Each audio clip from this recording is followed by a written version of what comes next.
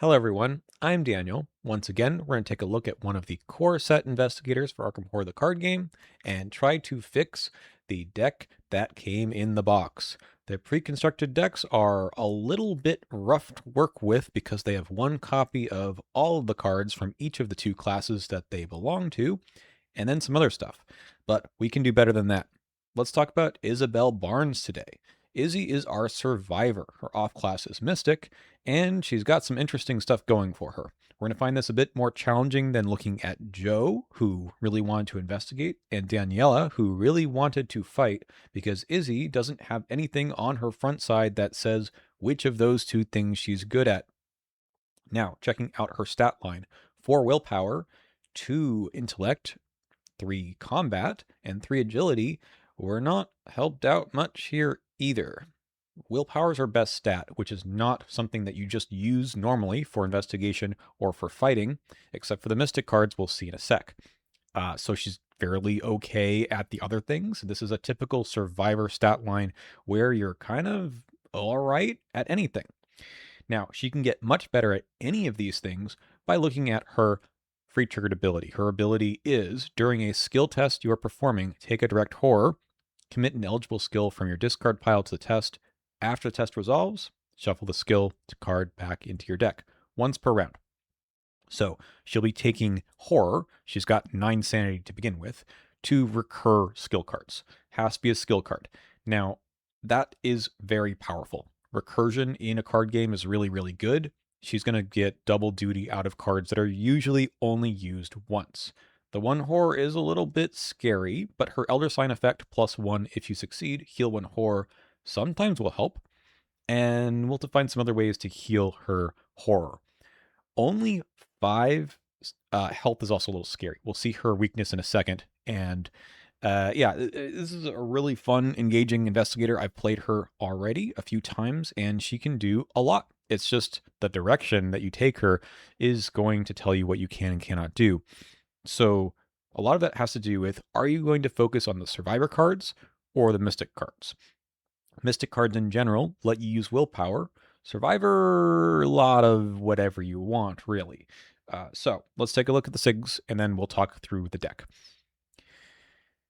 Okay, the signature card she has, that is the positive one, her signature asset, is a gun. Isabelle's twin 45s. 4-cost asset, which is not cheap at all. I've had a hard time playing these things before just because they are so expensive. Take up both hand slots, have some really good icons. 6 ammo is a lot.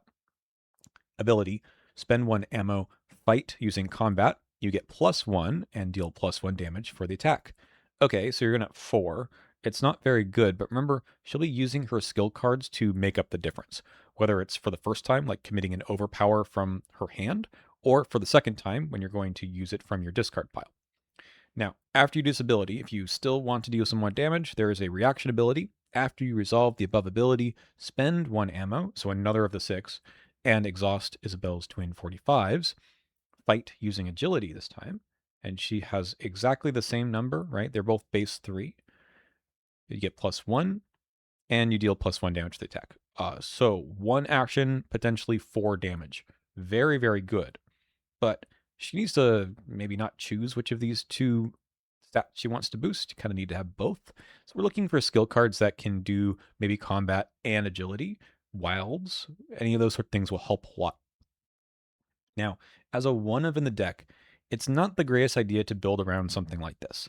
Part of the ability, remember, from using our skill cards is to shuffle them back in the deck. So if you haven't found the one card you want yet, then it's going to be harder to find it when you start shuffling things from your deck back in. Okay. Her weakness is Breaking Point. Hey, remember that 5 health she has? This says, Revelation, take 1 direct damage. Then, if you have 6 or fewer remaining sanity, that is, you have, just typically, you have 3 horror on you. That means you have 6 remaining sanity. 9 minus 3, 6. Take 1 direct damage. Then, if you have 3 or fewer remaining sanity, take 1 direct damage. So if you're sitting there having used your ability a lot, and maybe you're taking other sources of horror, now you have 6 horror on you, you're going to be taking 3 direct damage just for drawing this. And there's not much more to take after that. We will briefly mention that there's a card that helps you heal damage. It's called Bandages. But, and this has been confirmed now, you take all 3 of the direct damage from Breaking Point first. Then, if you need to react to it using the healing on Bandages, again, we'll show you the card in a second, that only happens after you've taken the 3 direct. There's just sort of some convoluted rules there about the then rules. Again, it's been confirmed that you can only react to each of those individual instances of direct damage after you've taken all 3.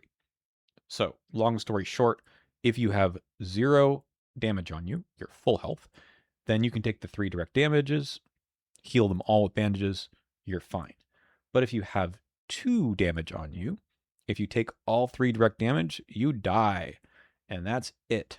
You cannot react with bandages because you're already dead.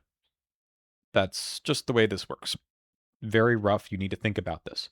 Whether that's don't use my ability too much until I see the weakness show up, or don't take 2 damage, just take 1. Then you'll be okay. I think Bandages is an auto include just because of this card. There are other ways to heal damage in the greater card pool, but for just now, I think we can say we have to include it. Hey, speaking of, what actually is in the deck? This is everything that you're given from the core. Remember, I said there's 1 copy of everything, and then there's 2 copies of a few other things. And let's look at those 2 copies first. We have our neutral cards, Broken Bottle, to help you fight a little bit. It's a weapon. Gives you +1 for the attack. If you succeed, you discard Broken Bottle to deal +1 damage for the attack. It's okay here. It's not the best, but it's okay because unlike in Daniela or Joe, we don't have too many other weapons. We'll think about them, but this is cheap. Survivors like cheap things. Putting things in the discard pile, not terrible either. Hand Crank Flashlight also makes an appearance. If you want to investigate, you get +1. This brings you from a 2 to a 3, which is generally not great either. But the second part of the ability, if you succeed, discarding it for your location to get -1 Shroud until the end of the round might be very, very helpful. Now, the reason I bring these up right now is we don't actually have a direction for this deck. In the other decks, I said throw out the things we don't need. We're not investigating. We don't need a Hand Crank Flashlight. We're not fighting, or we have more than enough weapons. We don't need the Broken Bottle. What are we doing with Izzie? Again, just looking at her stat line and her ability, you need to think about who else is on your team. If you're playing with a Joe Diamond, maybe he'll be doing all the investigating and you can figure out more of the fighting. Now, I don't necessarily think that this is the best way to explain a deck, right? Like choose exactly the team you're going to be with first. But I just want to give you that upfront issue that you need to figure out what you want to do with the deck before you can choose what goes in and what goes out. To be honest, all of these cards, the purple and red ones, are good. But whether or not you want to take them depends on what you want to do with the deck, and you need to make that choice. I can't make it for you. Now, I think we can just quickly look through and see if there's anything here that just seems amiss. I think the answer is no, but we'll do it anyways. Okay, let's start with the skills. This is the part where we are given 7 skills to work with. I think we need to change that. Let's go ahead and make sure that we have 2 copies of all of our main skills. So from the Survivor class, we have Timely Intervention. This is a really nice skill card that actually works as a pseudo event, but Izzie's able to commit it from her discard pile too, just to recur it, get it back into the deck. Okay, what does this do? This is an ability to, after you pull a chaos token, you can commit this after the fact to pass a test. If it's an agility or willpower test, it gives you +2. Otherwise, it gives you +1. It seems good enough to take here. If I am playing with, say, a Daniela, maybe you make the case for these and she takes something else. The Soul Link is also another one that seems quite good. This gives you 3 wilds, meaning you can commit this to any test. And additional cost, take a horror.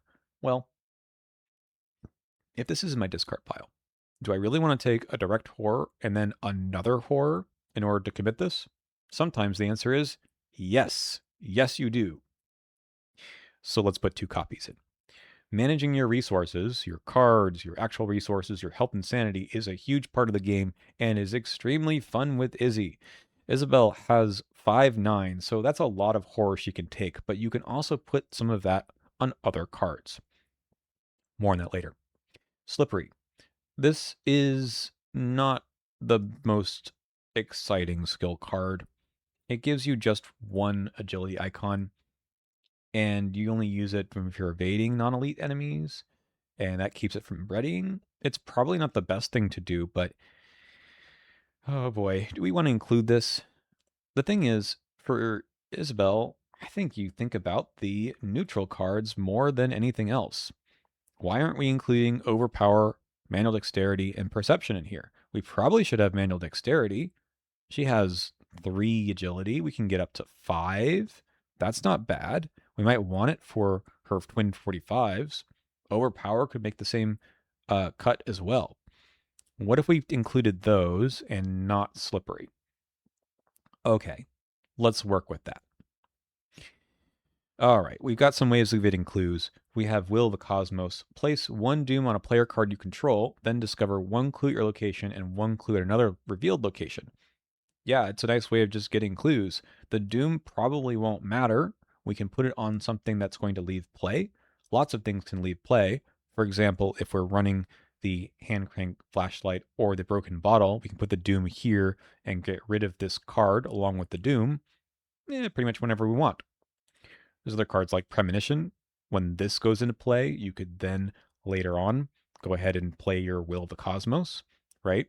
Put the doom here. This will go away. Even an ally might go away too. Your jumpsuit. We haven't looked at this card yet. This can also be discarded.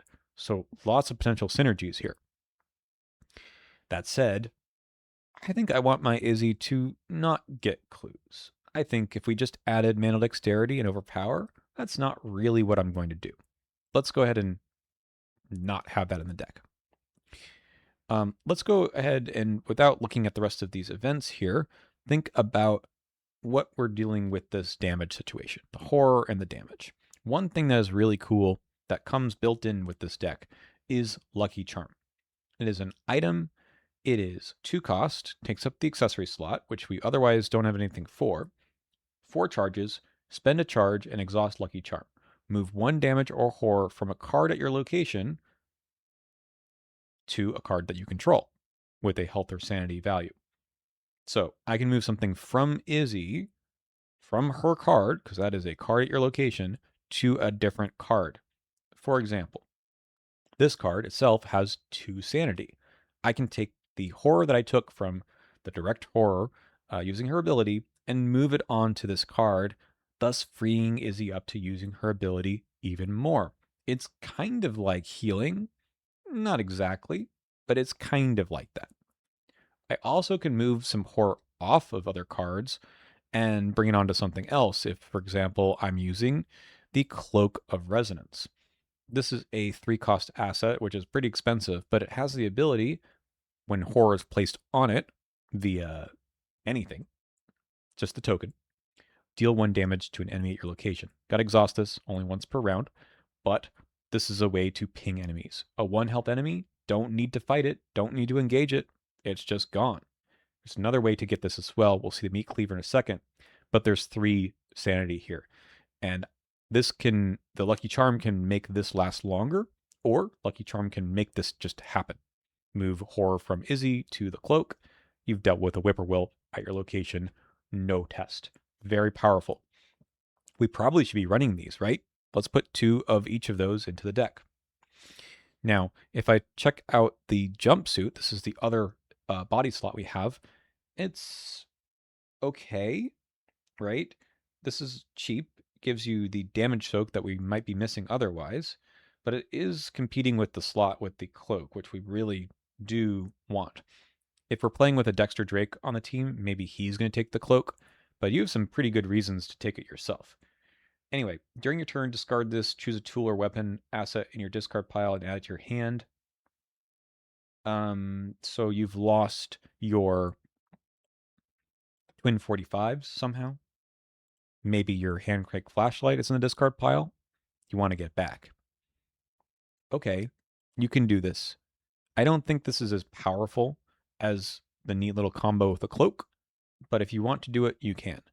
I think we can solve the damage problem in other ways, like running 2 copies of bandages. Wow, there's a lot of things in this deck, right? There's so many cool ideas that we have floating around. Let's look at the allies. Alexei Saburov, we saw this before when we talked about Daniela, but imagine now why it's important for Izzie. When your turn begins, heal 1 damage or 1 horror from Alexei Saburov. Remember, you don't want Izzie to have too much damage on her, especially when the weakness comes out.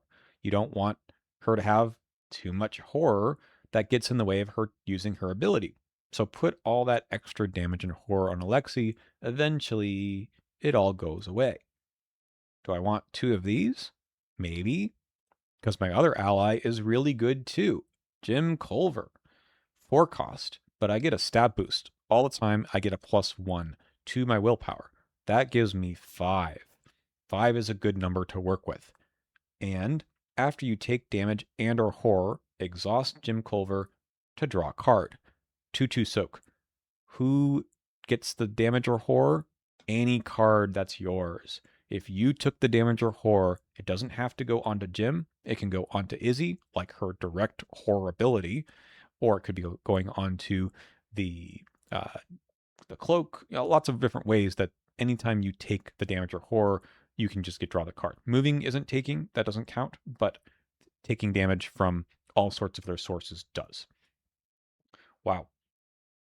Now I can draw the cards back that I'm shuffling in. He's quite expensive. Alexei's quite expensive. Maybe we take both and go for a charisma. Again, if you're playing with a Daniela or a Dexter, you might need to fight over these guys. They're very strong, and you can see synergies across the board. Here's the other way to take some horror. Meat Cleaver. This is a 3-cost asset that lets you fight and deal some extra damage. You're fighting with combat, which you're starting with 3, gets you to 4, which isn't great. That's what our overpowers for, our soul link, our unexpected courage. It does give us +2 instead if you have 3 or fewer remaining sanity. So if you have 6 horror on you, I guess you're now fighting at 5. That's okay. If the attack defeats an enemy, you may heal 1 horror. That's from Izzie's card. So if there's any horror tokens on Isabelle Barnes, you can take 1 off. The part where you take horror is the reaction. When you trigger the above ability, take 1 horror, this attack deals +1 damage. Okay, so essentially, if you are trying to deal damage to a 3 health enemy, take your first action, maybe you take the extra horror, maybe draw a card with Jim, and then you're going to then take the second action without taking any horror. You fight again. Maybe you're at 3 or fewer remaining sanity now. If you attack and defeat the enemy, heal the horror. So 3 health enemies can go down in 2 swings. You have the net no horror taken, essentially.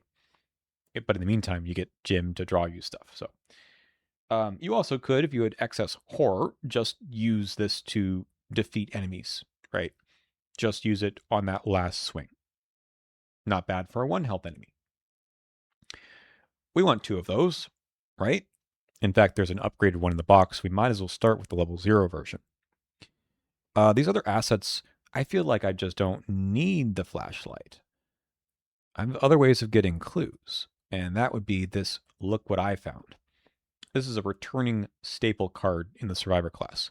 One thing that survivors do beyond just this nonsense of staying alive and having health and sanity as a resource is when your stats are bad and you fail things, it's okay. Sometimes you get even more out of it than you did before. Failing a skill test by 2 or less while investigating, well, that's all right. Play this, get 2 clues. So a basic investigate that otherwise would have gotten you 1, you're paying 2 resources for the extra clue. The nice part is you don't have to pass the test. Even an auto fail on a 2 shroud location will get you 2 clues. Excellent. Is that enough as far as getting clues in this deck? We can get these back with the Hunter's Instinct. When you engage enemies, spend a supply from here, exhaust it, add a level 0 event in your discard pile to your hand. Wow, we're recurring stuff from our discard pile already, just skills with Izzie's ability. This lets us get back events, and the jumpsuit that I dumped can get you back some items. So, a lot of options here. Do we want this? It's a good card. We want to make sure we have enough things to recur for this. Ward protection, this is another way to take horror. Probably worth it, especially if we see some kind of an awful treachery that makes us take too much damage. It could be worth it. I think the premonition is neat, but not going to make the deck just because I don't have the uh, the Will of the Cosmos, the one that puts Doom on cards. I think it's just not going to make this deck. Although it's the good card. This shove off is all right. This lets you evade an enemy. If you succeed, deal damage. If you fail, comes back to your hand. Again, this failing is okay theme, but I don't think it's going to make the deck. So with only 6 events, is it really worth having Hunter's Instinct? I don't know. That's up for you to decide. How do we actually do anything in this deck? We've got some meat cleavers. We've got a couple of broken bottles still sitting in the deck, but we're sitting at 38 cards, which is way too many. If you're going all for the willpower stuff, then you probably should think about running Cosmic Flame and Second Sight. These are spells. So the Mystic side of Izzie says, sure, I will boost that willpower and use it proactively. Spending charges to deal extra damage, very, very nice. These clues come via Second Sight. This one lets you spend charges for extra clues. I don't think we want to do these. I think we take them out. And maybe even we take out Jim Culver because we're not using that willpower for very much. That said, willpower is a very good stat for dealing with the encounter deck. Most encounter cards will make you test either willpower or agility. Willpower usually for horror, agility for damage.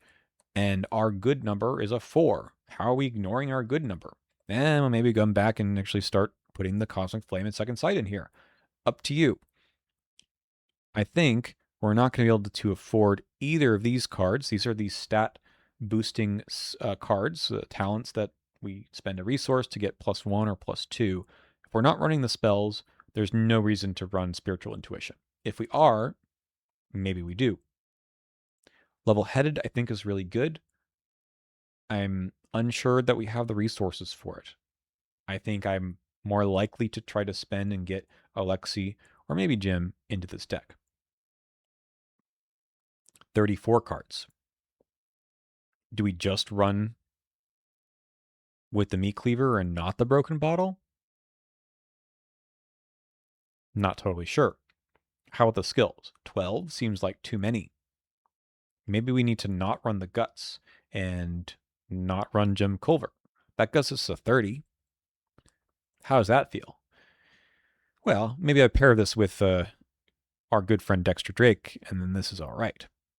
Let's see. Let's save this and take a look all together. Getting down to 30 is always tough. 10 skill cards may feel like a lot, but at least 2 of them are going to draw some cards. That's one reason to make sure I do run Guts, because it does draw a card if I play it. The one thing about this deck that I'm looking at right now, it feels a little, is the Hunter's Instinct might not be good enough. I do like that I can recur any of these 3, and I can at least get some clues of look I found. And the emergency cash does help us pay for most of this stuff, but I'm not super thrilled with this. By the way, the investigator precon deck comes with Pursued as the basic weakness, which is actually kind of hilarious because taking the horror here is probably a benefit for Izzie. We can at least deal with it in ways that are predictable. I think we can at least run with this and say it's better than nothing. I'm mostly dealing with enemies. I can evade them. I can fight them. I can get a few clues via an event. This feels pretty typical. I don't have all my eggs in one basket, but I do feel like I might be using my Soul Link or my Unexpected Courage on, well, the encounter deck. That's fine. I think the Timely Intervention helps mitigate the fact that we don't have Guts either. So we can call it here, but note that you might change that Hunter's Instinct out for something else. Just that might be the way. Let's see what our upgrades look like. So if we're just running our core set stuff, there's not a whole lot here, but one that stands out is this Fearless card. This is a level 2 skill that gives us 2 willpower icons. We didn't really have that exactly. And if the skill test is successful, heal 1 horror, 2 horror instead if you succeed by 2 or more. That's really good.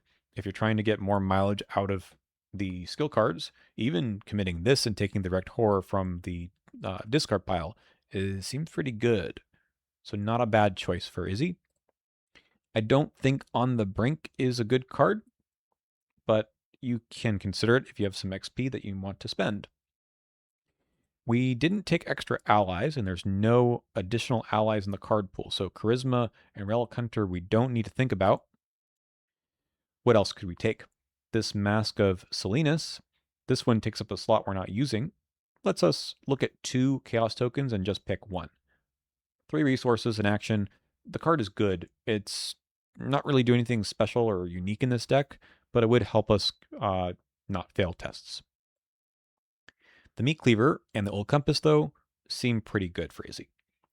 This upgrade reduces the cost by 1 from 3 to 2, gives you an extra +1 combat all the time, +3 if you have 3 or fewer remaining sanity, that gets you up to 6, and the rest of the card is the same. I think even just the cost reduction will feel really good, but fighting instead of at 4, fighting at 5, that'll do a lot more for you once you commit your skills. Old Compass could be our way of getting clues. The nice thing about this, also similar to the flashlight, is that there's shroud reduction involved. So your location gets -1 shroud for the investigation. That means a 3 shroud location is now 2, and now I'm within range of look what I found all the time. If you fail, even if you use look what I found, you can attempt the test again at -2 shroud. Maybe a 4 shroud location gets within look what I found range as well. Up to you. Good card. It will work well in Izzie, but without any other ways of boosting your intellect, it's a little bit, do I want to use my wild icons for that? Maybe so. Another card that's just fantastic is Scrape By. This lets you just succeed at skill tests no matter what they are, as long as you didn't draw an autofill. Seems good, right? You can just put this in any deck, and it's not a bad include. So that's what we got from the upgrades in the core set. Now let's do what we usually do, is take a look at what comes with the Miguel de la Cruz and Marie Lambeau decks for some additional Survivor and Mystic cards in the Evergreen decks. First things first, let's look at the level 0 cards. Just the level 0. There's a few things here that seem interesting but might conflict a bit with what we're doing. Bloodstone gives us more willpower. If we're going to actually play all the spells, not a bad idea. We could do this, we can do gym, we can be using our spells at 6 plus other stuff from the skills. The problem here is that I think what Izzie wants to do is be as flexible as possible. Stacking numbers is not, it's something you can do, but it's not something that I think is how she wants to be played. You want to be able to use all these different skills. So I don't think that's going to be for her. Although the extra damage soak is not bad.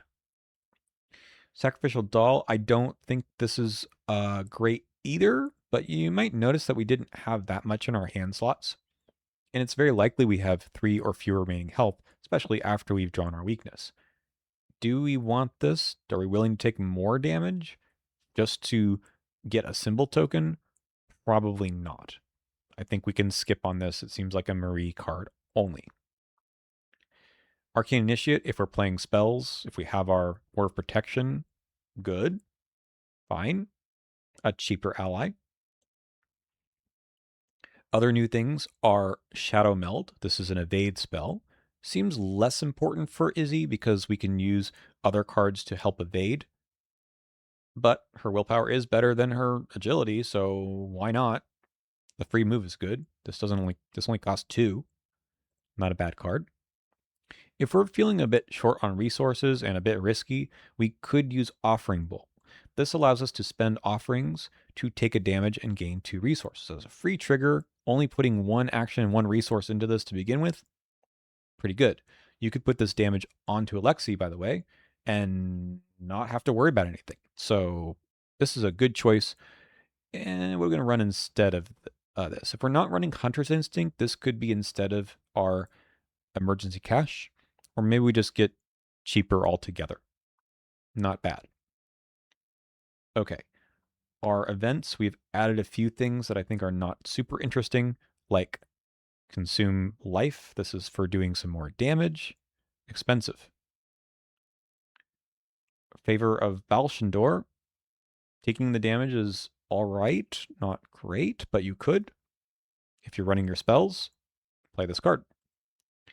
Infuse life heals, but for a lot. We'll see some better things that heal in Survivor. Mirror form. This is interesting because it lets us put a spell or charm asset into play fast. We have a few of those. We had spells potentially, but our lucky charm is also a charm. Makes sense. So you could put this into play and then just use its ability once, maybe put some horror onto it. That's pretty neat. This goes back into your deck when the round ends. So you get a little bit of a free use out of it. It's not great, but if you're running the other spells, maybe you consider it. Spiritual Charm, this is a way of getting some enemies, get some resources for it. I think this could be something that Izzie wants. It's not a super great card, but it gets you maybe a few resources and potentially grabs an enemy off of someone else. Not bad for what we're trying to do with this deck. Okay, skills. We've got 3 new skills here. We've got Blood Curse, which has 4 icons on it. Want to recur this from the discard pile? Sure. If the skill test is successful, take a direct damage. You better have ways of dealing with the damage. Bandages could be it. I think this is worth it. Torn to Power, probably not worth it. This one needs us to have some charges we want to get rid of. I don't think we want to do that often. Cosmic Guidance, this one heals damage. So as you can see, a lot of these seem better if I want to lean into that part of Izzie, which we didn't do with this deck. Anything new on the Miguel side? Yes. There's the Pocket Knife. This one lets us fight with a +1 skill value, only for 1 damage, but if you defeat an enemy, you can use this to gain a resource. This seemed like a strict upgrade over the bottle. Yes, I know the bottle does extra damage potentially, but I don't necessarily need that. What I want are the resources and a better chance actually succeeding on the fight. Now, there's something else this goes along with, I think, later, but to me, this almost seems like, hey, what card do I have in our hand or my discard pile? If I'm committing Overpower, right, or if I'm committing Manual Dexterity, I get that choice when I use the Pocket Knife. Which of the 2 skills do I want to use?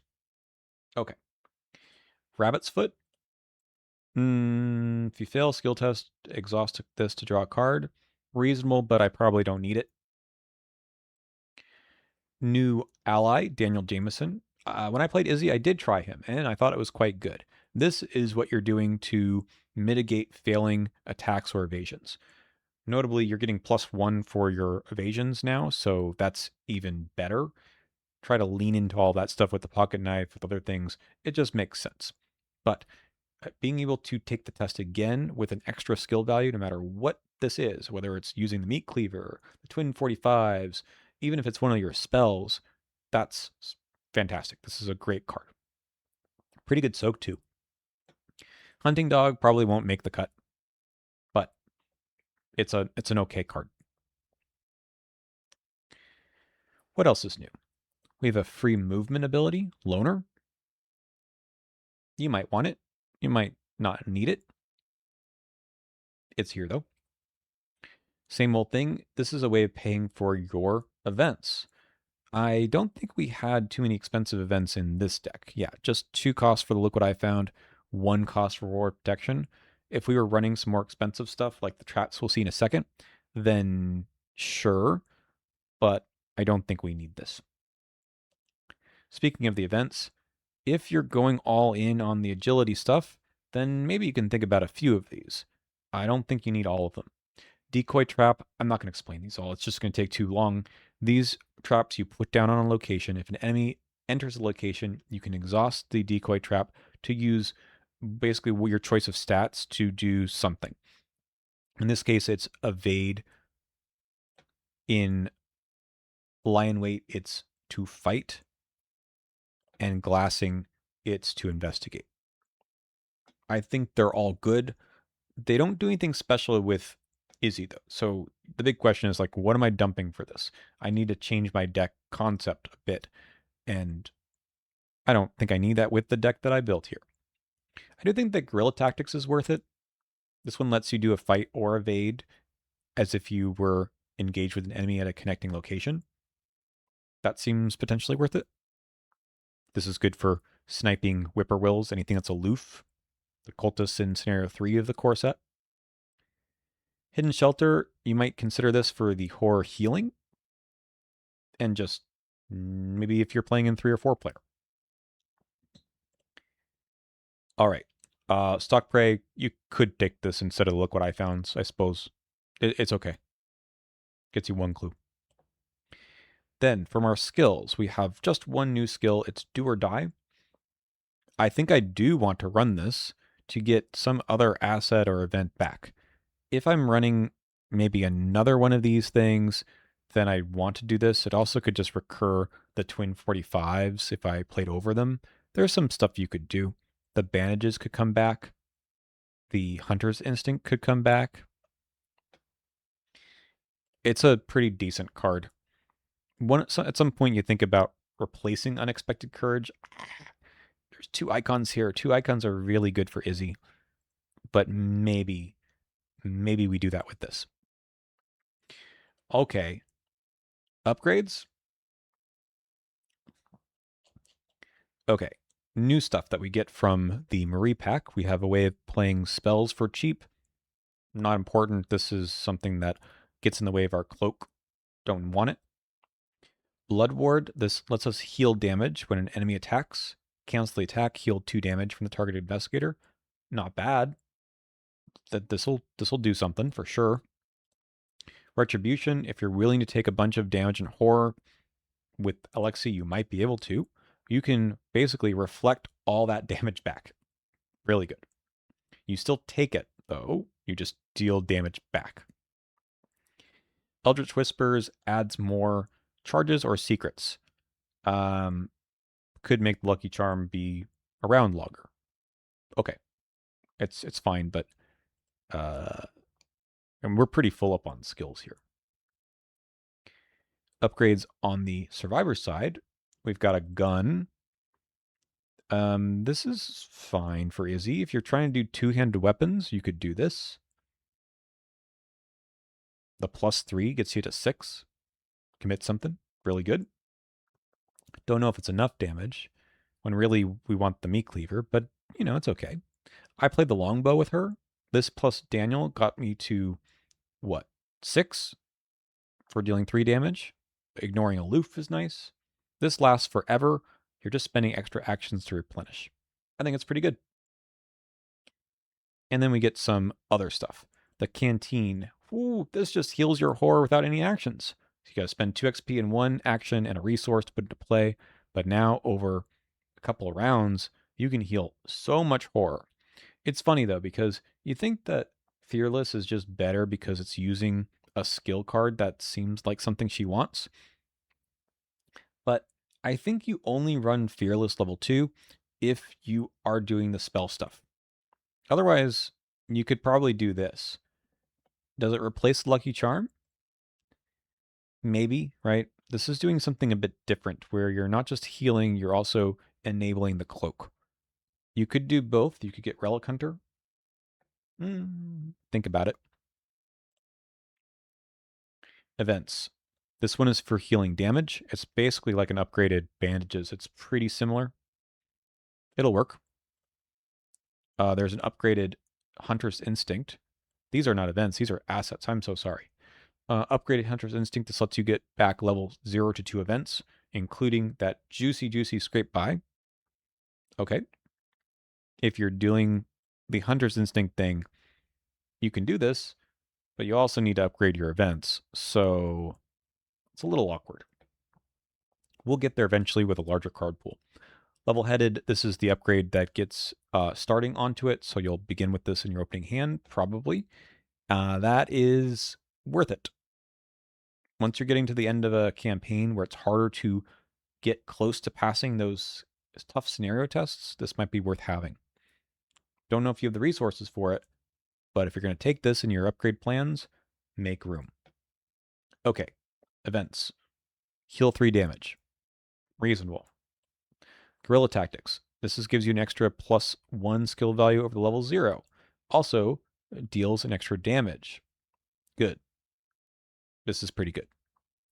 I don't know if this is what she wants. Remember, this is in the Miguel deck where he has extra actions for events. This isn't really her thing, but the damage has to come from somewhere. We have a makeshift bomb to just do a bunch of damage somewhere. All right, you can. This one's interesting. Respite lets you get back skill cards, along with events, of course, but you're essentially using your ability without using your ability. You might have it in your back pocket to say, well, I don't want to use so much direct horror anymore. I just want to get them back in the deck and then maybe draw them. It's interesting. I think you can think about this, but sometimes you really just want something in the discard pile to commit. And if this got them out, Rope Trap deals some damage as a trap.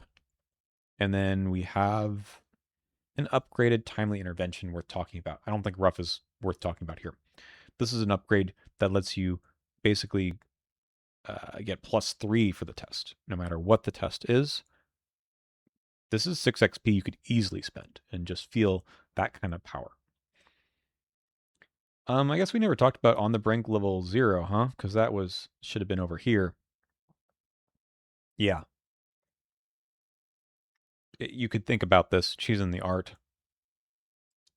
I don't think you need it, though. It is better than spending the 2 XP on the level 2, in my opinion. And that's Izzie.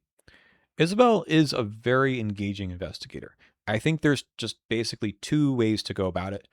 What I did here is mostly lean into the survivor stuff with a few assists from the purple cards and Mystic. I think even with the larger card pool, you can do something similar where you're getting a few more of the skills like the Blood Curse, maybe some other stuff like a different ally, but this feels pretty useful as it is. If you go into all the spell stuff, you need to probably dump, say, the Hunter's Instinct, the Look What I Found, maybe swap Lexi for Jim, maybe don't run the Broken Bottle, and you're kind of at the mercy, as most of us are in this early part of the Chapter 2 ecosystem, with your card draw. Izzie can kind of do everything, but she doesn't really draw cards. That's why I think it's very important to run the things like Manual Dexterity and Overpower, and probably even Guts, because when you recur these from the discard pile, you still get the card draw. So there's nothing else here that just flat out draws anything. So I would definitely run those core set skills as best you can. Okay, I think that's it for us here. We've done a nice look at everything, and don't forget to put a random weakness in. I have to reset everything for that. Don't just get the one that came in the deck. But there is an Isabelle Barnes starter deck that I think will do well in the core set, but there's a lot of room for you to customize it and do your own thing. That's it for me today. Next time we'll look at Dexter, and the last one will be Trish. Bye!